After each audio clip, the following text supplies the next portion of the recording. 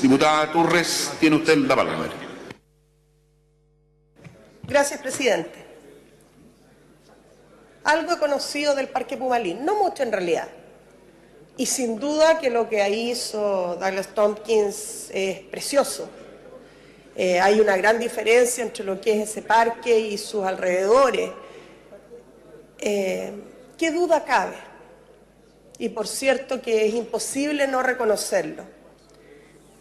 El tema, para mí, a mi juicio, es otro.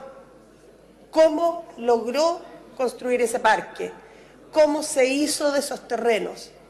Muchos alegaban, pero gran parte de eso que dividió a Chile al norte de Tompkins y al sur de Tompkins es responsabilidad del propio Estado chileno.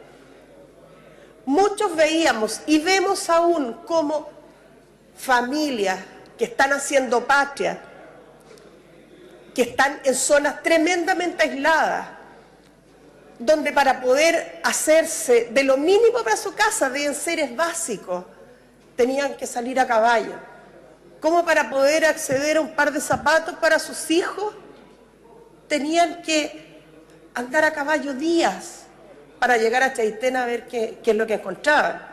O es más, y peor aún, muchos de ellos tenían mayor acceso para Argentina, para poder atenderse en salud, y hasta el día de hoy, para que sus hijos estudiaran. Ni les explico el sacrificio que eso significa.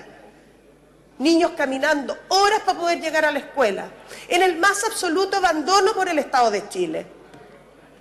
Y en ese estado de cosas, llega un señor multimillonario y comienza a comprar terrenos a un precio mínimo.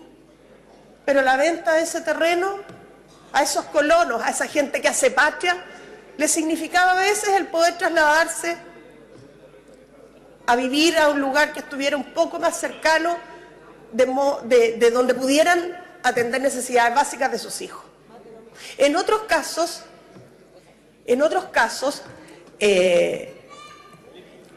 se hizo uso de escrituras de terrenos inscritos hace muchísimas décadas atrás. Y a través de eso buscaron a quienes tenían esos títulos de propiedad, gente que no había hecho uso de esos territorios nunca, que no estaban en posesión física de ellos. Los compraron y vieron la forma de sacar a las familias que ahí hacían patria.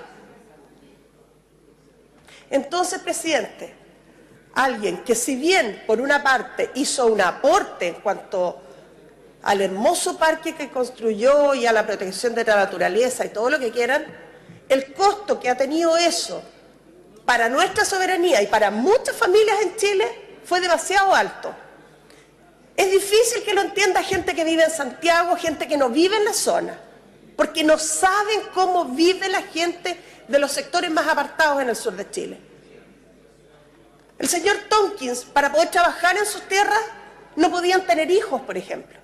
Si contrataba una familia o permitía que ahí se quedara, les prohibía tener hijos. Era una condición para poder estar ahí. Entonces, ¿cuál fue el costo? Solo lo sabemos los que somos de allá, los que vivimos allá. Por otro lado, presidente, un punto que también lo tocó el diputado Ulloa, la carretera austral. Para muchos la carretera austral es símbolo de vacaciones y de paseo, de ir a hacer un poco de turismo aventura. Se necesitan recursos, obviamente, porque las pocas cabañas, los lugares donde se puede quedar uno son carísimos. Para la gente que vive en esa zona es un tema de sobrevivencia. Ninguno de nosotros, y lo digo yo siendo la zona, ninguno de nosotros sabe o puede valorar siquiera lo que significaba la carretera austral para mucha gente que vive en esa zona.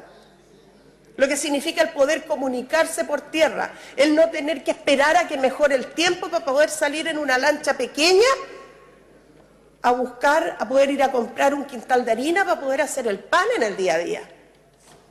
Sin embargo, esa carretera austral, por una parte, quedó durante muchísimos años totalmente abandonada, perdiéndose incluso algunos tramos. Y después, cuando se intentó continuar, había que expropiar al señor Tompkins porque él se oponía a que Chile pudiera ser conectado de norte a sur como todos soñamos. Eso no es una contribución a la patria.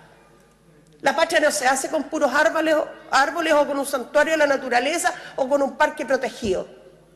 Patria se hace también permitiendo que sus habitantes tengan un mínimo acceso a oportunidades que otros, sobre todo en la zona central, las tienen todos los días y no las valoran. Pero la gente de allá sí las valora. Y este señor se oponía a ello. Se oponía a que hicieran familias, no quería gente, dividió Chile en dos. Entonces, presidente, perdóneme, pero yo no puedo estar de acuerdo y voy a votar en contra de otorgarle la nacionalidad.